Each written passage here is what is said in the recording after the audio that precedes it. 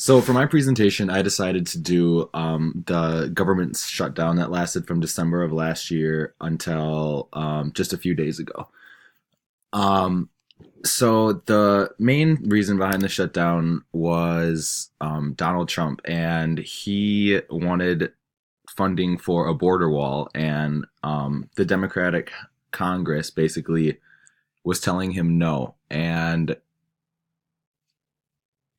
they were able to come to a deal to reopen the government temporarily. But I'm not really that focused on the details of this shutdown, but more government dysfunction and shutdowns overall. So, using a systems thinking model to analyze this problem looks kind of like this.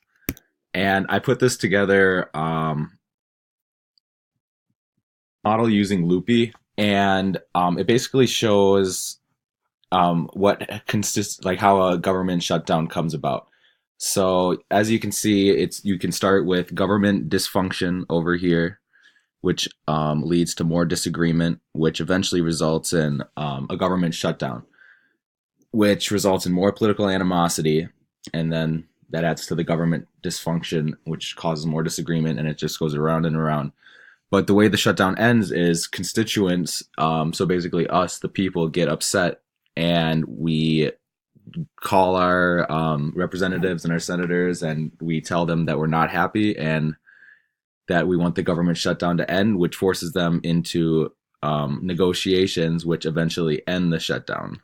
Obviously, different factors that can affect these things, like disagreement, different political views are obviously going to have different disagreements on how the country should be funded and what should be funded and what shouldn't.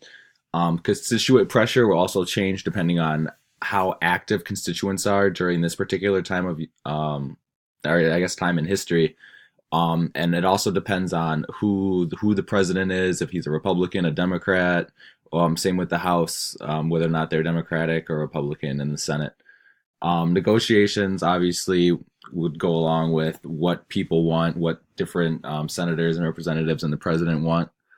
Political animosity can be added to with like a hard fought campaign or just how different um, political representatives feel about each other.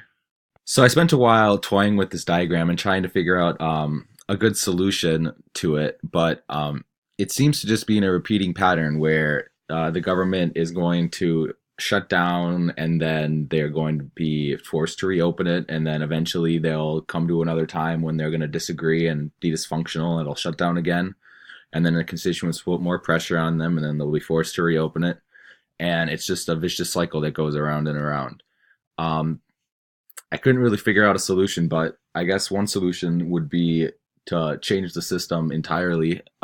Maybe have different people decide how to fund the government to prevent shutdowns or other things like that. So I'm curious to see if anybody else has insight on how to solve this particular issue. Because I didn't really know. But like I said earlier, I used Loopy, which is a free website, to make my animation, and I got all of my sites from Politico.